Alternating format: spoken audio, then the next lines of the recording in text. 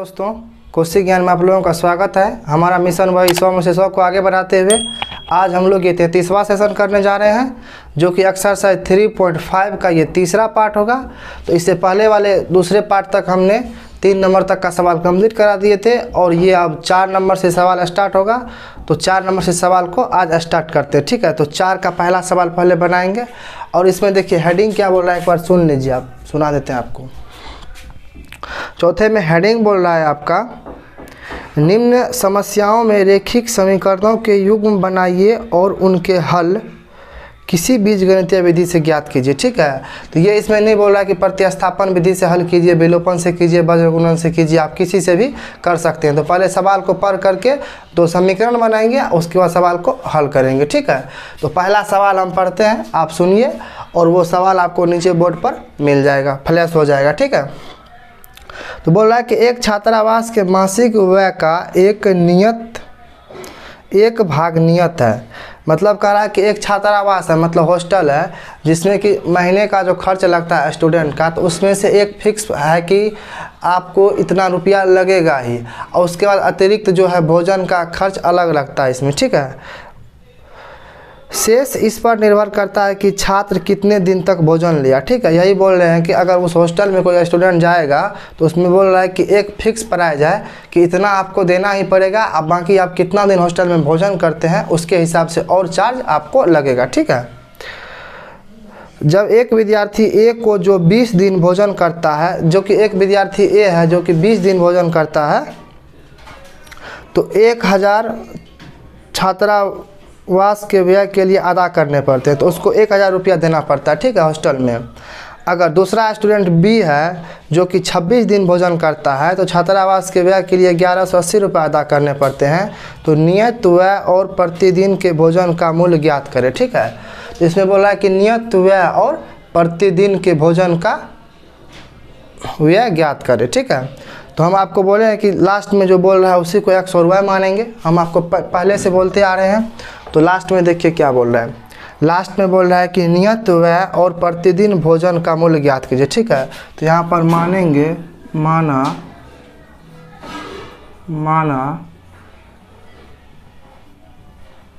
नियत व्यय बराबर x रुपया, ठीक है, तथा प्रतिदिन भोजन का व्यय बराबर y रुपया, ठीक है।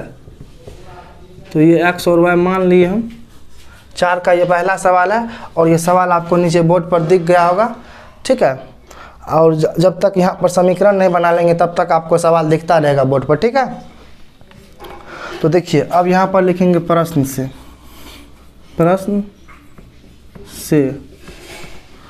तो प्रश्न से लिखेंगे तो यहाँ पर बोल रहा है कि एक छात्र ए जो है 20 दिन भोजन करता है तो 1000 रुपये देना पड़ता है। तो 20 दिन भोजन करता है तो प्रतिदिन भोजन का लग रहा है आपको y रुपया, तो 20 दिन के कितना लगेगा 20y, और ये एक तो फिक्स है, ये x तो फिक्स है, आपको नियत देना ही पड़ेगा। आप चाहे हॉस्टल में भोजन कीजिए या नहीं कीजिए, लेकिन x जो है ये रुपया ये फिक्स है आपको। तो यहाँ पर लिखेंगे x + 20y बराबर 1000 रुपया देता है वो, ठीक है। ये आपका हो गया पहला समीकरण।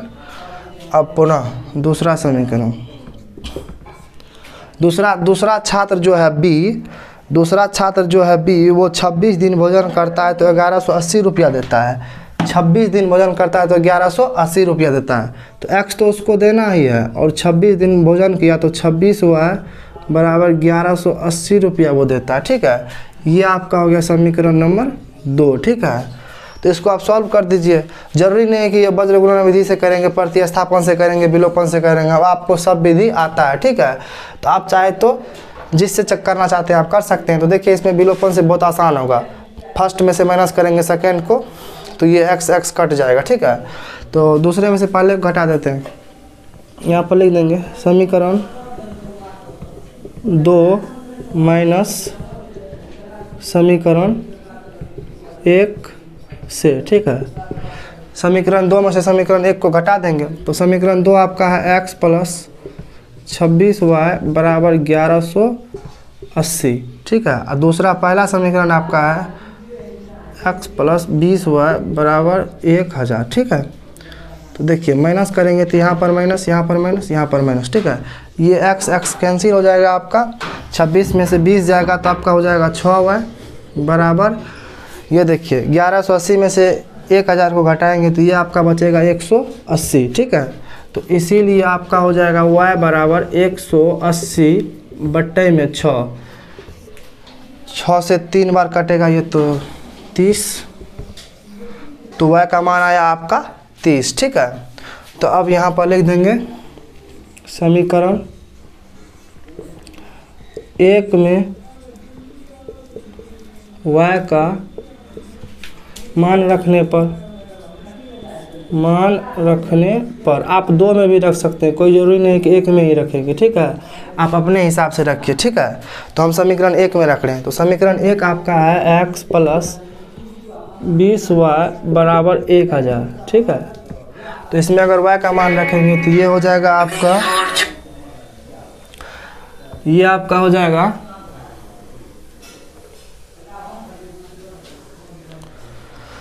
y का मान है 30, तो x प्लस 20 गुने 30 बराबर 1000, ठीक है।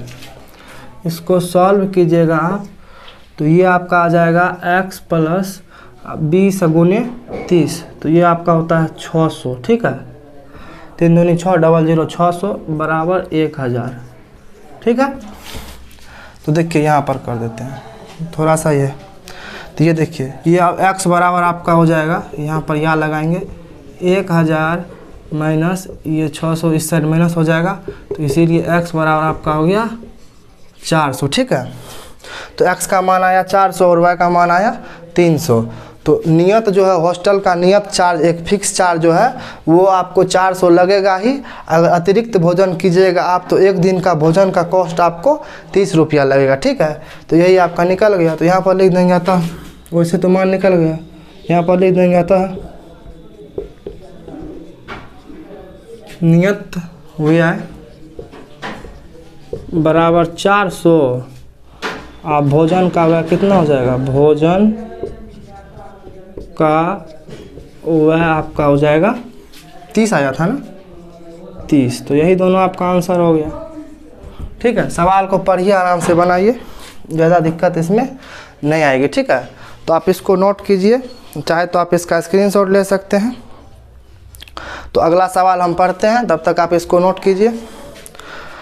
अगला सवाल बोल रहा है कि एक भिन्न 1/3 हो जाती है जब उसके अंश में से 1 घटाया जाता है और वह 1/4 हो जाती है जब हर में 8 जोड़ा जाता है, ठीक है। तो वह भिन्न ज्ञात करें। तो ये भी सवाल आपको नीचे बोर्ड पर दिख जाएगा, पहले इसको आप नोट कर लीजिए या स्क्रीनशॉट ले लीजिए, उसके बाद हम दूसरा सवाल बनाते हैं, ठीक है। तो उम्मीद करता हूँ कि आप इसको नोट कर लिए होंगे। तो इसको मिटाते हैं, आप आराम से सवाल को पढ़िए, सवाल में क्या बोल रहा है, बाकी सब इजी है, ठीक है। तो देखिए दूसरा सवाल हम बना रहे हैं।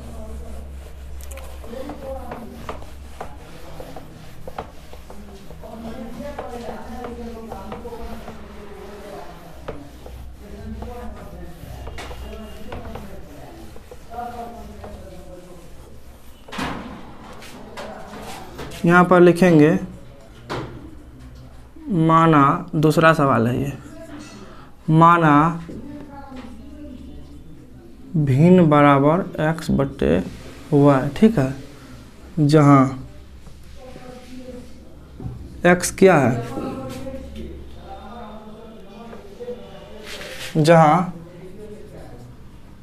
अंश आपका है x और हर आपका है y, ठीक है। तो आप ऐसे भी कर सकते हैं, नहीं तो ये भी मान सकते हैं आपकी माना भिन्न का अंश बराबर x और हर बराबर y, तो भिन्न बराबर x/y, ये भी कर सकते हैं, ठीक है। तो आप इतना कर लीजिए, उसके बाद प्रश्न से हम कर रहे हैं, ठीक है। तो यहाँ पर लिखेंगे, अब देखिए सवाल में क्या बोल रहा है।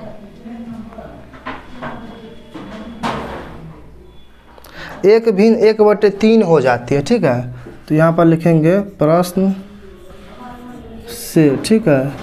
तो एक भिन्न कितना हो जाती है, 1/3 हो जाती है। तो 1/3 लिख दिए हम बराबर। अब वो भिन्न में क्या करना है वो कर रहे हैं। देखिए एक भिन्न 1/3 हो जाती है, जो हमको बोल रहा है सवाल में वो लिख दिए। ठीक है, यदि उसके अंश में 1 घटाया जाता है तो वह एक भिन्न 1/3 हो जाती है जब उसके अंश में से 1 घटाया जाता है। तो इसके अंश में से 1 घटा लेंगे तो अंश x माइनस 1/y। भिन्न का अंश क्या है, x है, तो x में से 1 घटा लेंगे तो 1/3 हो जाएगा। तो इसको थोड़ा सॉल्व करेंगे तो इसको क्रॉस मल्टीप्लिकेशन कीजिए ऐसे, इसको ऐसे कीजिए तो ये हो जाएगा आपका 3x माइनस 3 बराबर y। ठीक है, इसको सीधा कीजिएगा तो ये हो जाएगा 3x माइनस y बराबर 3। ये आपका पहला समीकरण हो गया। अब बोल रहा है कि वह 1/4 हो जाती है जब हर में 8 जोड़ा जाता है। 1/4 हो जाती है, पुनः वही भिन्न क्या हो जाती है, 1/4 हो जाती है जब हर में क्या जोड़ा जाता है, 8 जोड़ा जाता है। ठीक है, तो हो गया आपका। क्वेश्चन को पढ़ना है, बस क्वेश्चन में जो बोल रहा है उसी टाइप से बैठा देना है। ठीक है, 1/4 हो जाती है जब हर में 8 जोड़ा जाता है। ठीक है, तो इसको भी सॉल्व करके थोड़ा समीकरण बना लेते हैं। ठीक है, तो ये देखिए इसको इससे गुना करेंगे तो ये आपका हो जाएगा 4x बराबर y प्लस 8। ठीक है, इस y को इस साइड ले आएंगे तो ये हो जाएगा आपका 4x माइनस y बराबर 8। ये हो गया आपका समीकरण नंबर 2। ठीक है, तो समीकरण 1 और समीकरण 2 में देखिए तो कोई कैंसिल हो रहा है, वैसे विलोपन से करेंगे तो ये y और ये y कैंसिल हो जाएगा आसानी से। ठीक है, प्रतिस्थापन से भी कर सकते हैं, विलोपन से भी कर सकते हैं, वज्र गुणन से भी कर सकते हैं, तो आप चाहे तो जिससे भी कर सकते हैं। तो चलिए हम विलोपन से करते हैं।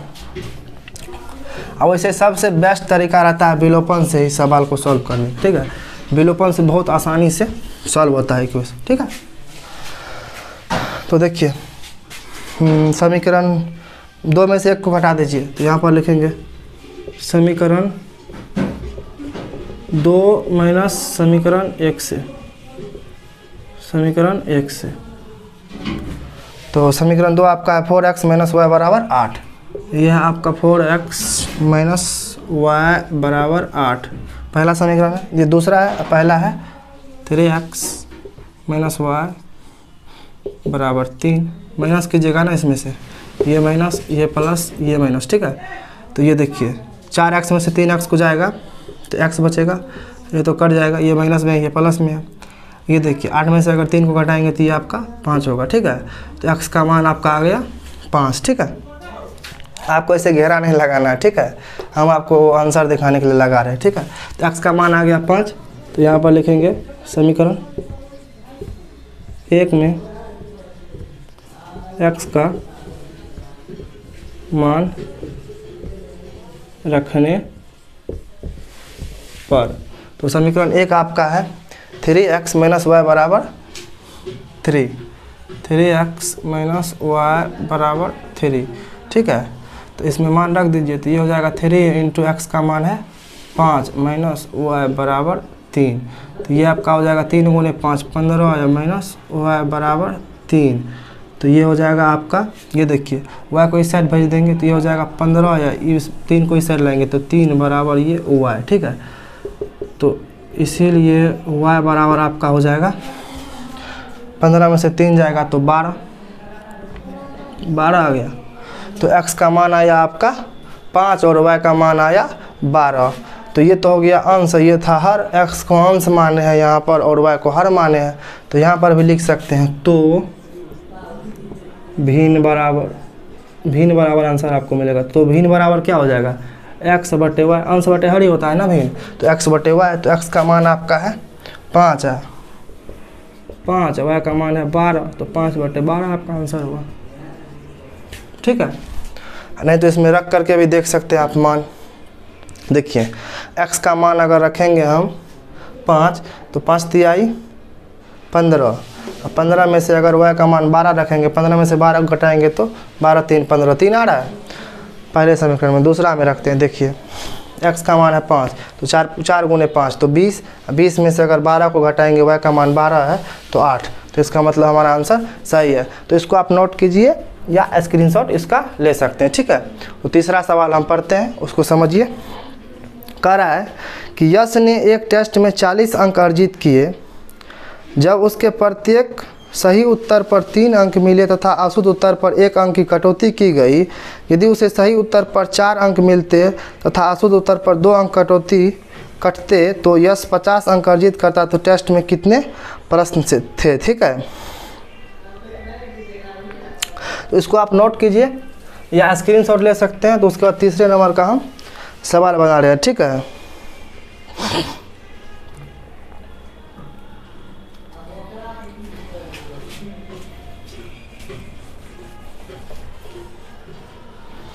और ये तीसरे नंबर का सवाल जो है आपको बोर्ड पर सब सवाल आपको मिल जाएगा, ठीक है। स्क्रीन पर नीचे आपको मिल जाएगा, ठीक है, लिखा हुआ। और वैसे आपके पास बुक होगा एनसीईआरटी का, तो उसमें से देख लीजिएगा सवाल क्या कह रहा है। सवाल को आराम से पढ़ के समझ के तब बनाइएगा, ठीक है। तो यहाँ पर देखिए तीसरे नंबर में बोल रहा है कि ये यश वाला है। तो पहले यहाँ पर मान लेते हैं, फिर सवाल पढ़ेंगे। माना कि यश ने x, इसको भी मिटा देते हैं।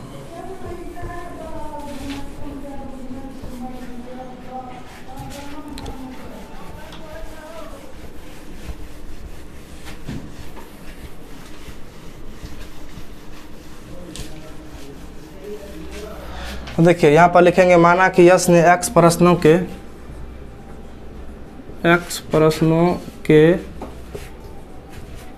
सही उत्तर दिया है तथा वह प्रश्नों के x प्रश्नों, यहाँ पर का दे दीजिए, x प्रश्नों का सही उत्तर दिया है तथा वह प्रश्नों का गलत उत्तर दिया है, ठीक है। तो ये मान लिए। अब देखिए प्रश्न में क्या बोल रहा है, उस हिसाब से समीकरण हम बना देंगे, ठीक है। तो बोल रहा है कि यश ने एक टेस्ट में 40 अंक अर्जित किए, ठीक है। टोटल उसको 40 अंक मिला है, ठीक है। तो यहाँ पर लिखेंगे प्रश्न से तो 40 अंक जो मिला है, जब उसने प्रत्येक सही उत्तर पर 3 अंक मिले हैं तो सही उत्तर को क्या माने हम, x माने हैं। सही उत्तर की संख्या को x माने हैं। एक सही उत्तर पर कितना मिलता है, 3 अंक मिलता है। तो x सही उत्तर पर कितना मिलेगा, 3x मिलेगा अंक, ठीक है ना। 3x मिलेगा आपका। उसके बाद तथा अशुद्ध उत्तर पर 1 अंक की कटौती की जाती है। तो अशुद्ध उत्तर को हम क्या माने हैं, संख्या, y माने हैं संख्या। उसमें 1 अंक की कटौती हो जाती है तो 1 अंक इसमें से घट जाएगा। तो 1 × y बराबर टोटल आपको कितना मिला है, 40 अंक। टोटल 40 अंक मिला है।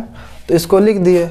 इसको देखिए यहाँ पर 1 लिखिए या नहीं लिखिए कोई फर्क नहीं पड़ता है, क्योंकि 1 अंक की कटौती होती है। तो 1 गुने y तो वही होगा ना। तो इस 1 को मिटा देते हैं, ठीक है। ये आपका हो गया समीकरण नंबर 1, ठीक है। दूसरा समीकरण बोल रहा है यदि उसे सही उत्तर पर 4 अंक मिलते तथा अशुद्ध उत्तर पर 2 अंक कटते। पुनः सही उत्तर पर कितना मिलता, 4 अंक। तो 4 अंक मिलता तो 4 अंक तो हो गया 4 अंक, और सही उत्तर की संख्या x है तो 4 गुने x, टोटल अंक आपका हो गया 4x। और गलत उत्तर पर यदि उसका 2 अंक कटते, अशुद्ध उत्तर पर 2 अंक कटते तो यश 50 अंक अर्जित करता, ठीक है। अगर 2 अंक कटता अशुद्ध पर तो अशुद्ध की संख्या कितनी है, y है। अशुद्ध उत्तरों की संख्या, गलत उत्तरों की संख्या y है, और कटता कितना, 1 पर 2।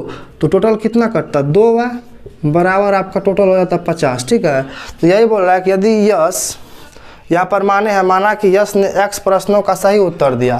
तो मतलब ये प्रश्न की संख्या है जिसको x माने हैं। तो सही वाले प्रश्न की संख्या को माने हैं x और गलत वाले को माने हैं y। तो सही वाले को अगर x माने हैं तो एक सही वाले पर 3 अंक मिलता है। तो 3x टोटल माइनस 1 गलत वाले पर 1 कटता है तो माइनस y बराबर 40 टोटल मिला उसको। और दूसरा कंडीशन फिर बोल रहा है कि यदि सही पर 4 मिलता और गलत पर 2 कटता तो 50 अंक उसको टोटल मिलता, ठीक है। तो ये आपका 2 समीकरण हो गया। इसको आप सॉल्व कर दीजिए, किसी भी विधि से कर दीजिए। देखिए तो कोई कट रहा है, डायरेक्ट नहीं कट रहा है। तो अगर इसमें गुना कर देंगे है इसमें, y वाले में अगर 2 से गुना कर देंगे समीकरण 1 में तो ये विलोपन से कट जाएगा। ठीक है, तो चलिए प्रतिस्थापन से इसको सॉल्व कर लेते हैं। सब विधि से कर देते हैं, कोई दिक्कत नहीं है। तो यहाँ पर लिखेंगे समीकरण 1 से, समीकरण 1 से, तो समीकरण 1 से करेंगे तो ये आपका हो जाएगा 3x, इस 40 को इस साइड लाएंगे तो ये हो जाएगा -40 बराबर y। ठीक है, तो इसको आप समीकरण 3 मान लीजिए। ठीक है, तो y का मान आप समीकरण 2 में रख देंगे। तो यहाँ पर लिखेंगे समीकरण 2 में y का मान रखने पर। ठीक है, तो समीकरण 2 आपका है 4x माइनस 2y बराबर 50। ठीक है, तो ये आपका हो जाएगा 4x माइनस 2 और y के जगह पर आपका हो जाएगा ये पूरा 3x माइनस 40, 3x माइनस 40 बराबर 50। ठीक है, इसको अगर सॉल्व करेंगे तो ये आपका हो जाएगा 4x माइनस 6x माइनस 80, ये प्लस हो जाएगा क्योंकि देखिए -2 और ये -40 है, माइनस माइनस गुना होता है तो प्लस हो जाता है। ठीक है, बराबर 50। तो ये आपका हो जाएगा -2x, क्योंकि प्लस 4x और -6x, तो ये दोनों मिला करके -2x, तो -2x बराबर 50 माइनस 80। ठीक है, ये 80 को इस साइड भेजे तो ये माइनस हो जाएगा, इस साइड प्लस में, इस साइड माइनस में हो जाएगा।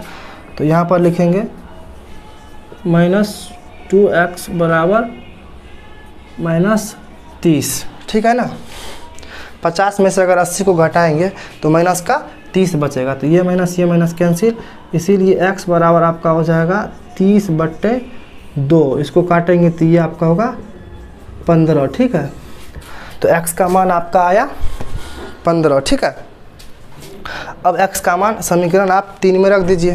तो यहाँ पर लिख देते हैं हम समीकरण 3 में x का मान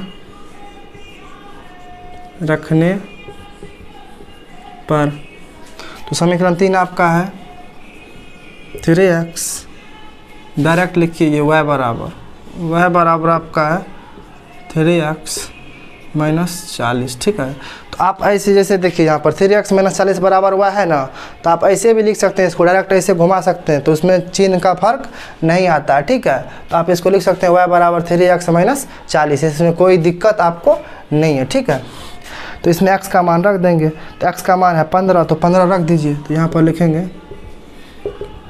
3 गुने 15 और माइनस 40, तो y बराबर हो जाएगा 15 तिया 45 में से 40 को घटाएंगे तो y का मान आपका आ गया 5। ठीक है,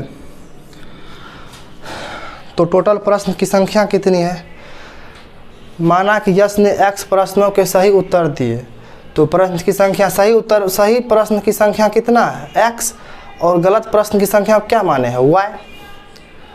मतलब गलत उत्तर जो दिया है तो उस प्रश्न की संख्या को माने हम y, और सही उत्तर जो दिया है उस प्रश्न की संख्या को हम माने हैं x। तो वही बोल रहा था कि परीक्षा में टोटल कितने प्रश्न थे, तो परीक्षा में टोटल सही तो ये दिया था उत्तर 15 का सही उत्तर दिया था और ये 5 का गलत उत्तर दिया था। इसका मतलब टोटल क्वेश्चन था आपका 15 और 5 20 क्वेश्चन था आपका परीक्षा में। ठीक है, यहाँ पर लिखेंगे अतः कुल प्रश्नों की संख्या बराबर आपका हो जाएगा x प्लस वाई। तो x प्लस वाई का मान है आपका x का 15 और y का 5, तो 15 या जोड़ 5 बराबर 20। ठीक है, ये आपका आंसर हो गया। ठीक है, तो आप ये जो सॉल्व करते हैं तो प्रतिस्थापन, विलोपन, वज्र गुणन विधि आप किसी से भी कर सकते हैं। तो ये टेंशन लेने की बात नहीं कि इसको प्रतिस्थापन से कर दिए, इसको विलोपन से कर दिए, वो अपने ऊपर डिपेंड है, आप जिससे करना चाहते हैं उसे कर सकते हैं। ठीक है, तो आप इसको नोट कीजिए या स्क्रीनशॉट लीजिए, तब तक हम अगला सवाल आपको पढ़ करके सुनाते हैं। ठीक है, अगला सवाल बोल रहा है कि एक राजमार्ग पर दो स्थान ए और बी 100 किलोमीटर की दूरी पर है। एक कार ए से तथा दूसरी कार बी से एक ही समय पर चलना प्रारंभ करती है। ठीक है, इसको आप लिखिए। हम ये दूसरा नंबर का सवाल आपको समझाते हैं, चौथे नंबर का और पांचवें नंबर का आज इसको कंप्लीट ही कर देंगे। तो देखिए, एक होता है सापेक्षिक चाल। सापेक्षिक चाल अगर आप नहीं जानते हैं तो आपको थोड़ा हम बता देते हैं सापेक्षिक चाल आखिर होता क्या। ठीक है, तब आपको डायरेक्ट ये सवाल समझ में आ जाएगा। ठीक है,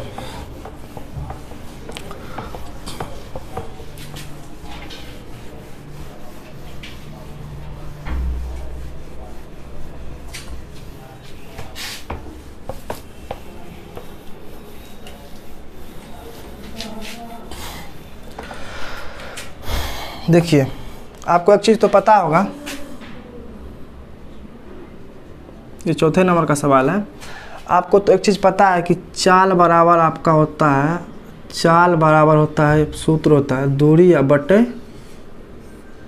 समय। ठीक है, चाल बराबर आपका होता है दूरी या बटे समय। ठीक है, एक होता है आपका सापेक्षिक चाल। ठीक है, तो सापेक्षिक चाल कहने का मतलब है कि जैसे देखिए एक जगह है यहाँ पर, एक ये जगह रहा, एक ये जगह रहा। ठीक है, तो अगर हम किसी से मिलना चाहते हैं, इस बीच में कहीं हम मिलना है किसी से हमको, तो उसको या तो बोलेंगे कि हम यहीं पे खड़ा रहेंगे, उसको बोलेंगे कि तुम इधर से आओ, गाड़ी से आओ, बाइक से आओ, जिस चीज़ से आओ तुम आओ, हमसे मिलो। ठीक है, तो उसको पूरा यहाँ से चल करके यहाँ तक आना पड़ेगा। ठीक है, यहाँ से हम आकर के वो मिल लेगा हमसे।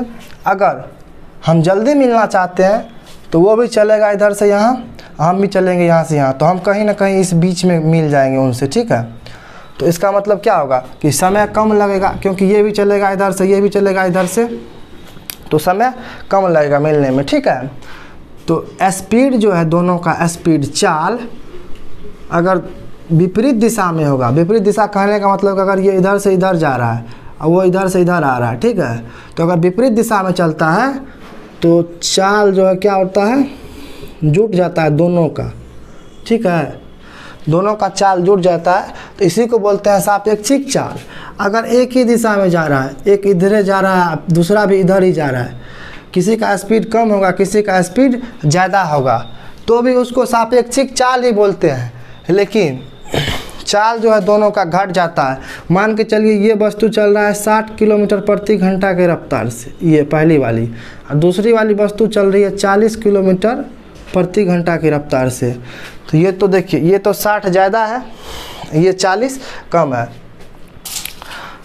तो कम है, तो अगर इसमें सापेक्षिक चाल हम निकालेंगे, तो अगर इसका सापेक्षिक चाल निकालेंगे तो ज़्यादा वाले में से कम वाले को घटा देंगे। तो इसका सापेक्षिक चाल आपका हो जाएगा, सापेक्षिक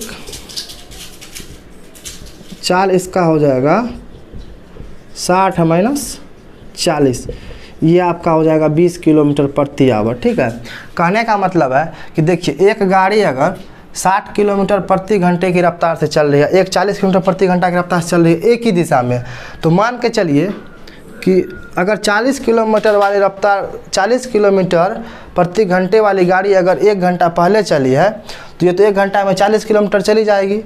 ठीक है, और उसके बाद अगर ये दूसरे गाड़ी को हम चलाएंगे यहीं से उसी दिशा में, तो ये तो 60 किलोमीटर की रफ्तार से चल रही है, तो इसका मतलब 1 घंटा में ये कितना ज़्यादा चल रही है, 20 किलोमीटर। तो 1 घंटा में जो है 20 किलोमीटर ये कवर कर लेगी। ये 40 किलोमीटर चलती है 1 घंटा में, तो इसको पकड़ने में कितना टाइम लग जाएगी, 2 घंटा लगेगी, क्योंकि 20 और 20 40। तो ये आपका सापेक्षिक चाल पर ही होता है। और ये भी होता है एक सापेक्षिक चाल, अगर दोनों एक ही दिशा में चल रहा है, इधर से और इधर से, मान चलिए ये चल रहा है 10 किलोमीटर प्रति घंटा की रफ्तार से, और ये इधर से चल रहा है 20 किलोमीटर प्रति घंटा की रफ्तार से, तो दोनों का चाल क्या हो जाएगा, सापेक्षिक चाल जुट जाएगा दोनों चाल, तो ये हो जाएगा 20 जोड़ 10 30। ठीक है, तो वैसे इस पर बहुत चर्चा हो सकती है, तो उतना चर्चा नहीं करना है। अब चौथे नंबर का हम सवाल आपको बताते हैं, आपको समझ में आ जाएगा। ठीक है, आप ये समझिए कि एक सापेक्षिक चाल होता है। ठीक है, सापेक्षिक चाल अगर विपरीत दिशा में रहेगा, गतिमान वस्तु या कोई वाहन कार कोई भी चीज़, तो वो चाल जुटेगी, और अगर सेम डायरेक्शन में रहेगा तो चाल घट जाएगी। ठीक है, तो चलिए हम अगला सवाल पढ़ते हैं, आप इसको समझिए। अगला सवाल बोल रहा है कि एक राजमार्ग पर दो स्थान ए और बी 100 किलोमीटर की दूरी पर है। ठीक है, दो स्थान है, मान के चलिए ये एक स्थान है और ये एक स्थान है। ठीक है, ये है ए, मान लीजिए ये है बी, इसके बीच की दूरी है 100 किलोमीटर। ठीक है, 100 किलोमीटर इसकी दूरी है। एक कार ए से दूसरी कार बी से एक ही समय चलना प्रारंभ करती है। तो देखिए, एक कार यहाँ से चलेगी, एक कार यहाँ से चलेगी। ठीक है, और दोनों एक ही समय चलना प्रारंभ करती है। अब किधर जाती है वो आगे सवाल में पढ़ते हैं। ठीक है, यदि ये कारें भिन्न भिन्न चालें से एक ही दिशा में चलती है, तो ये देखिए, माना कि एक कार यहाँ पर है और एक कार यहाँ पर है। ठीक है, तो अगर एक ही चाल से भिन्न भिन्न दिशा में चलेगी, तो भिन्न भिन्न दिशा कहने का मतलब है यदि ये कारें भिन्न भिन्न चालें से एक ही दिशा में चलती हैं, तो अगर भिन्न भिन्न चालें से मतलब किसी का चाल 10 हो सकता है, किसी का 20 हो सकता है, मतलब चाल तो अलग अलग है दोनों का, लेकिन ये चल रहा है एक ही डायरेक्शन में। कहने का मतलब अगर ये इधर जा रहा है तो दोनों इधर ही जाएगा, अगर दोनों इधर आ रहा है तो एक इधर आएगा तो ये भी इधर ही आएगा, नहीं तो अगर इस डायरेक्शन में जा रहा है तो दोनों इधर ही जाएगा। ठीक है, तो पहला कंडीशन ये बोल रहा है। दूसरा कंडीशन आपका बोल रहा है तो वे 5 घंटे पश्चात मिलती है। तो ये कितना देर बाद मिलती है, 5 घंटे बाद मिलती है। ठीक है, तो हम आपको बोले हैं सापेक्षिक चाल में कि अगर दिशा सेम रहता है तो चाल घटता है। हम अभी आपको बोले हैं चाल घटता है। ठीक है, तो ये 5 घंटे पश्चात मिलती है। ठीक है, और दूसरा कंडीशन बोल रहा है कि यदि ये विपरीत दिशा में चलती है तो 1 घंटे पश्चात मिलती है। अब विपरीत दिशा में मान चलिए इधर से ये चल रहा है, इधर से ये चल रहा है, इधर से ये इधर जा रहा है, दूसरा वाला इधर से इधर आ रहा है। देखिए, दूसरा कंडीशन है, इधर से ये गाड़ी चल रही है और दूसरा इधर से इधर चल रही है। तो अगर ये भी इधर से आ रही है, ये भी इधर से आ रही है, तो ये तो स्वतः है कि ये भी आएगी इधर, ये भी जाएगी इधर, तो जल्दी मिल जाएगी। ठीक है, तो जल्दी मिल जाएगी, तो ये 1 ही घंटा में मिल जाती है। और वैसे अगर ये चलता है तो ये 5 घंटा में मिलती है। ठीक है, अगर ये भी इधर जाती है, ये भी इधर जाती है, तो ये 5 घंटे में मिलती है आपस में। तो 5 घंटे में मिलती है, तो ये तो स्वतः है कि अगले वाले गाड़ी का चाल कम होगा पिछले वाले से। अगर अगला वाला गाड़ी का चाल कम होगा तभी पिछला वाला गाड़ी इसको पकड़ पाएगा 5 घंटे में। ठीक है, तो ये कंडीशन है। तो देखिए, अब प्रश्न से इसको हम समीकरण बनाते हैं। तो ये तो आप समझ गए, दूरी बराबर इतना। अब देखिए यहाँ पर मानते हैं, तो दोनों कारों की चाल ज्ञात करें। ठीक है, तो यहाँ पर लिखेंगे हम, माना कार ए की चाल बराबर x किलोमीटर प्रति आवर तथा कार बी की चाल बराबर y किलोमीटर प्रति आवर। ठीक है, तो कार ए की चाल हम मान लिए हैं x किलोमीटर प्रति आवर और कार बी की चाल हम मान लिए हैं y किलोमीटर प्रति आवर। ठीक है, तो हम प्रश्न से लिखते हैं। अब यहाँ पर लिखेंगे प्रश्न से। ठीक है, प्रश्न से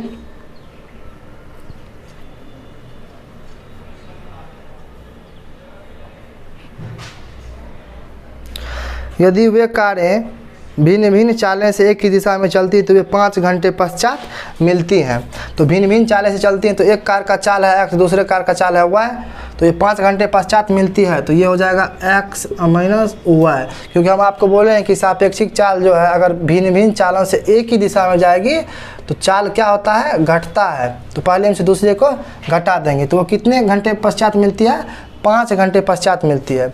तो चाल बराबर आपका होता है, ये देखिए, ये दोनों तो चाल ही है ना, ये सापेक्षिक चाल है। तो सापेक्षिक चाल, तो चाल बराबर होता है दूरी या बटे समय। तो दूरी कितना है आपका 100 किलोमीटर और समय कितना है 5 घंटे पश्चात वो मिलती है। ठीक है, यहाँ पर लिख सकते हैं सापेक्षिक चाल कब, जब एक ही दिशा में चलेगी। ठीक है, ये दोनों एक ही दिशा में चलेगी, तो ये आपका हो जाएगा x माइनस वाई। ठीक है, ये आपको समझाने के लिए लिखे हैं। अब फिर दूसरा होगा सापेक्षिक चाल जब अलग अलग दिशा में चलेगी, एक इधर चलेगी एक इधर से इधर चलेगी, तो ये आपका हो जाएगा x जोड़ y। ठीक है, तो ये आप समझिए। ठीक है, तो इसीलिए लिखे हैं x माइनस वाई बराबर 100/5। तो इसको काट दीजिएगा तो ये 20 बार में कट जाता है। ठीक है, तो ये आपका हो जाएगा x माइनस वाई बराबर 20। ये आपका समीकरण नंबर 1 हो गया। ठीक है, पुनः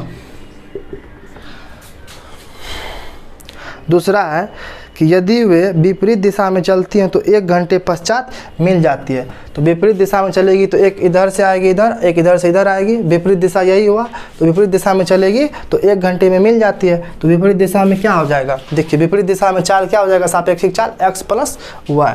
तो ये आपका हो जाएगा x प्लस वाई बराबर 100/1 हो जाएगा, क्योंकि हम आपको यहाँ पर लिख दिए हैं चाल बराबर दूरी बटे समय। तो ये भी तो चाल ही है ना, सापेक्षिक चाल है। चाल और सापेक्षिक चाल एक ही होता है फार्मूला। ठीक है, तो सापेक्षिक चाल बराबर दूरी बटे समय। तो यहीं लिखे 100 किलोमीटर दूरी है ना टोटल, तो 100/5, तो ये काट करके 20 हुआ। और दूसरा हो जाएगा x प्लस वाई बराबर 100/1। तो ये आपका हो गया दूसरा। ठीक है, समीकरण। ठीक है, तो 100/1 कीजिएगा तो इस 1 का तो कोई वैल्यू नहीं है, 100 ही रहेगा। तो ये आपका दूसरा समीकरण हो गया। तो ये देखिए विलोपन विधि से तुरंत कटता है, y और y कट जाता है अगर पहले को दूसरे में जोड़ते हैं तो, घटाते हैं तो x कट जाता है। तो यहाँ पर लिखेंगे, सॉल्व करते हैं। यहाँ पर देखिए आपका मेन सवाल देखिए यहीं से है, यहीं से है। ये ऊपर में पूरा कहानी ये जो बताए हैं ये आपको समझाने के लिए बताए हैं। ठीक है, तो आप चाहे तो इसको भी नोट कर सकते हैं, कोई दिक्कत नहीं है। लेकिन आपका सिर्फ इतना है, आप सापेक्षिक चाल समझाने के लिए हम आपको इतना बताएं हैं कि सापेक्षिक चाल में आप ये समझिए कि अगर दो कारें या दो वस्तु जो चलती है, गतिमान वस्तु होती है, अगर मान के चलिए दोनों एक ही दिशा में जाएगी, मान के चलिए इधर जा रही है इधर, तो दोनों अगर इधर ही जाएगी तो चाल घटेगी। अगर एक का चाल तो ज़्यादा होगा एक का कम होगा, तभी कभी ना कभी दूसरे को पकड़ पाएगी। जो आगे है उसको पकड़ने के लिए पीछे वाले का चाल तो उससे कुछ ना कुछ तो ज़्यादा रखना पड़ेगा ना, इसीलिए चाल घटता है, दोनों एक ही दिशा में जाता है। तो अगर विपरीत दिशा में जाती है, कहने का मतलब है कि एक इधर से आ रही है एक इधर से जा रही है, तो चाल दोनों का प्लस हो जाता है। ठीक है, तो इसको सॉल्व करें। देखिए समीकरण 1 जोड़ समीकरण 2 से पहले हम दूसरे को जोड़ देते हैं। देखिए यह x माइनस वाई बराबर आपका है 20 और दूसरा है x प्लस वाई बराबर 100। ठीक है, तो प्लस करेंगे तो ये y तो आपका कैंसिल हो जाएगा। तो ये हो जाएगा 2x, x जोड़ x 2x, ये 100 जोड़ 20 तो 120। तो इसीलिए x बराबर आपका हो जाएगा 120/2। तो ये आपका हो जाएगा 60। ठीक है, तो x का मान आया 60। कार एक की चाल निकल गई आपका 60 किलोमीटर प्रति घंटा। अब यहाँ पर लिख देंगे समीकरण 2 में x का मान रखने पर, तो समीकरण 2 में x का मान रख देते हैं। तो समीकरण 2 आपका कितना है, x प्लस वाई बराबर 100 है आपका। समीकरण 2 एक किसी में रख सकते हैं। समीकरण 2 में तो 60 प्लस वाई बराबर 100, x का मान रखे हैं 60 इसमें, तो इसीलिए y बराबर आपका हो जाएगा 100 माइनस 60। तो ये आपका हो जाएगा 40 आंसर। तो यहाँ पर लिख देंगे कार ए की चाल बराबर, कार ए की चाल को कितना माने हैं x, तो कार ए की चाल आपका हो जाएगा 60 किलोमीटर प्रति आवर, 60 किलोमीटर प्रति घंटा, तथा कार बी की चाल आपका हो जाएगा 40 किलोमीटर प्रति आवर। ठीक है, तो इसको आप नोट कीजिए या स्क्रीनशॉट लीजिए। अब लास्ट वाला सवाल बचा उसको बना देते हैं। तो इसको आप वीडियो को रोक करके नोट कर सकते हैं या स्क्रीनशॉट ले सकते हैं। आखिरी वाला सवाल हम पढ़ के सुनाते हैं, 5वें नंबर का सवाल, ठीक है। ये 4थे नंबर का सवाल था। बोला एक आयत का क्षेत्रफल 9 वर्ग इकाई कम हो जाता है, यदि उसकी लंबाई 5 इकाई कम कर दी जाती है तो चौड़ाई 3 इकाई बढ़ा दी जाती है। यदि हम लंबाई को 3 इकाई और चौड़ाई को 2 इकाई बढ़ा दे तो क्षेत्रफल 67 वर्ग इकाई बढ़ जाती है, तो आयत की विमाएँ ज्ञात करें, ठीक है। तो ये उसी टाइप का सवाल है, आयत वाला सवाल हम बताए थे, इसमें थोड़ा ज़्यादा लंबा है ये, तो कुछ नहीं करना, इसको आप नोट कीजिए, स्क्रीनशॉट लीजिए, इसको हम मिटाते हैं। अब 5वें नंबर का सवाल बताते हैं, देखिए।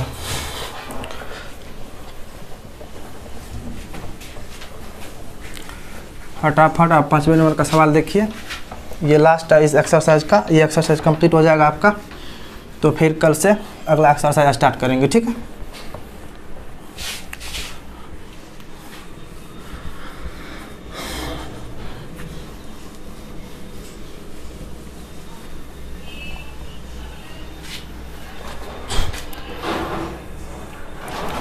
यहाँ पर लिखेंगे माना आयत की लंबाई बराबर x मीटर तथा चौड़ाई बराबर y मीटर, ठीक है।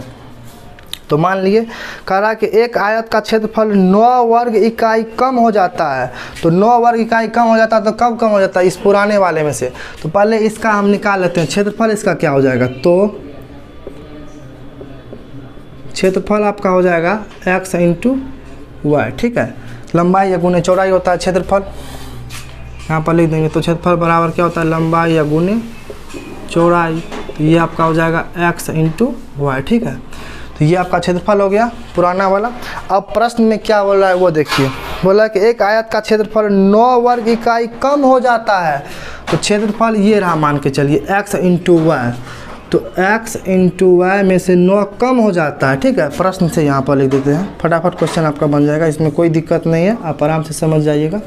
तो x माइनस वाई ये क्षेत्रफल है आयत का। पहले हम जो x और y माने हैं, मान के चलिए आयत का लंबाई x माने हैं और चौड़ाई y माने हैं, तो आयत का क्षेत्रफल क्या होगा, लंबाई या गुने चौड़ाई, तो x इंटू वाई, तो x इंटू वाई आपका है क्षेत्रफल आयत का, ठीक है।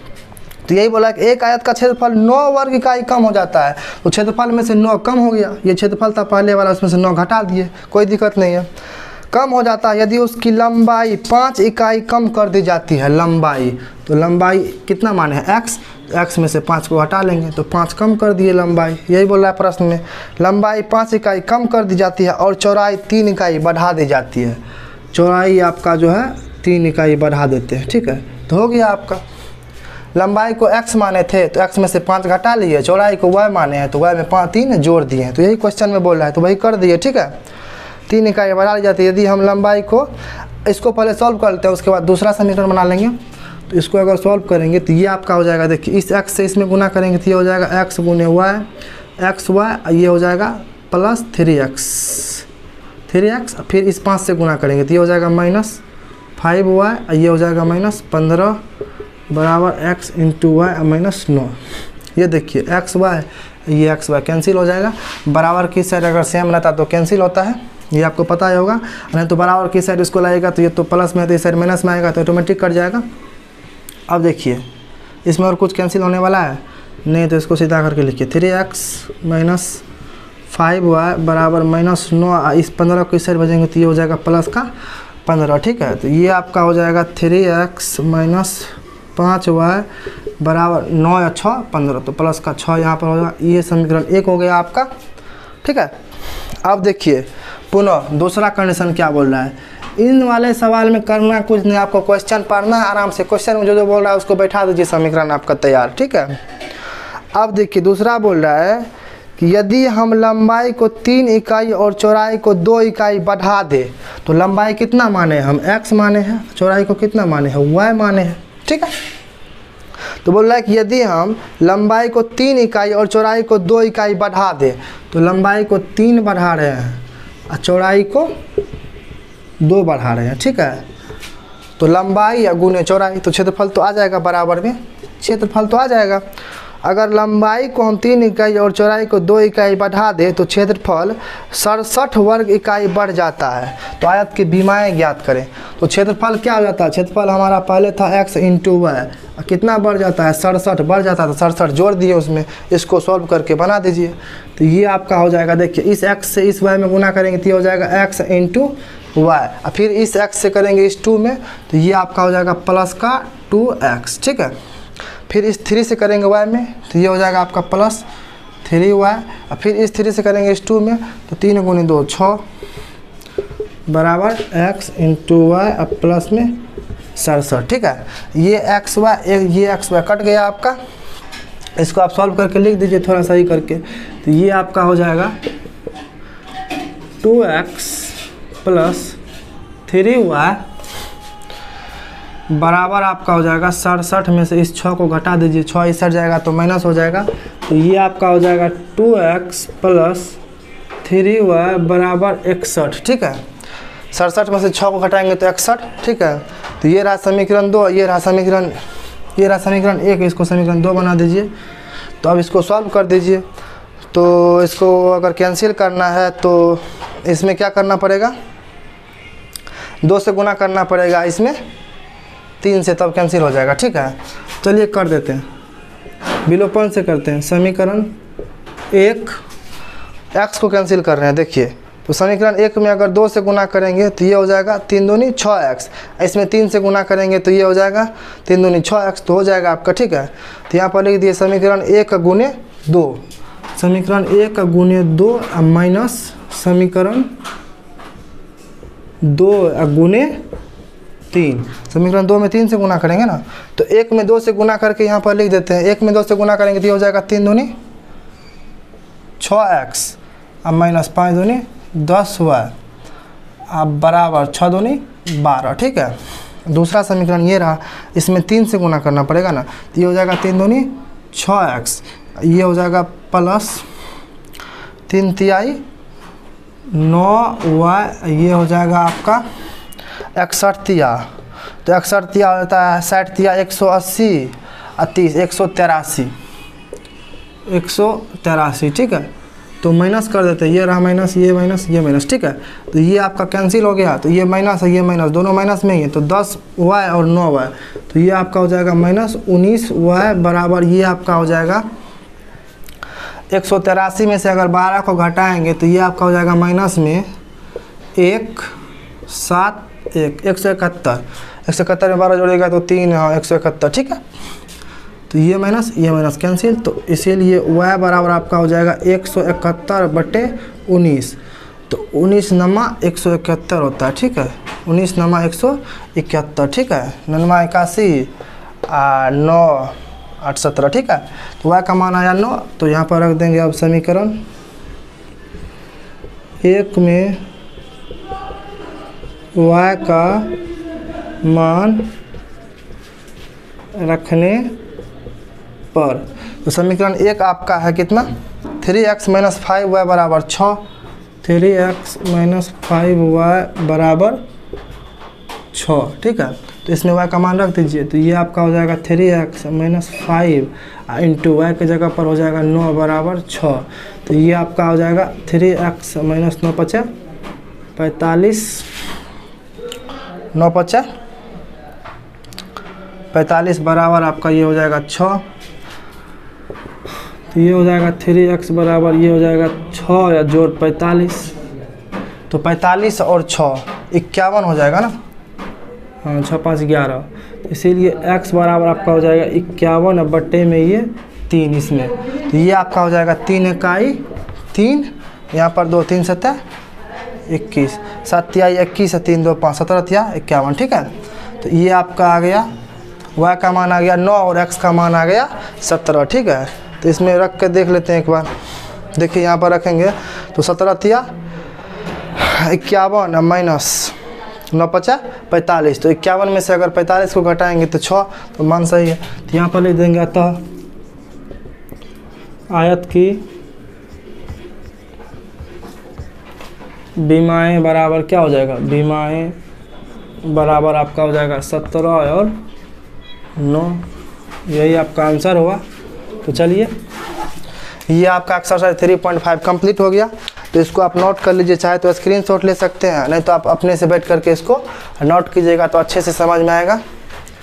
तो चलिए, आज के क्लास में इतना ही। एक्सरसाइज 3.5 कंप्लीट हो गया। अब नेक्स्ट वाले क्लास में एक्सरसाइज 3.6 स्टार्ट करेंगे। बाकी अगर पिछला वीडियो नहीं देखें तो उसका प्लेलिस्ट बना हुआ है यूट्यूब पे, तो आप उसको जा करके चेक कर सकते हैं। बाकी डिस्क्रिप्शन में आपको टेलीग्राम चैनल और व्हाट्सएप ग्रुप का लिंक मिल जाएगा, जिसमें कि आपको डेली बेस पर PDF और नोट्स मिलता है, तो उसको जा करके आप ज्वाइन कर सकते हैं।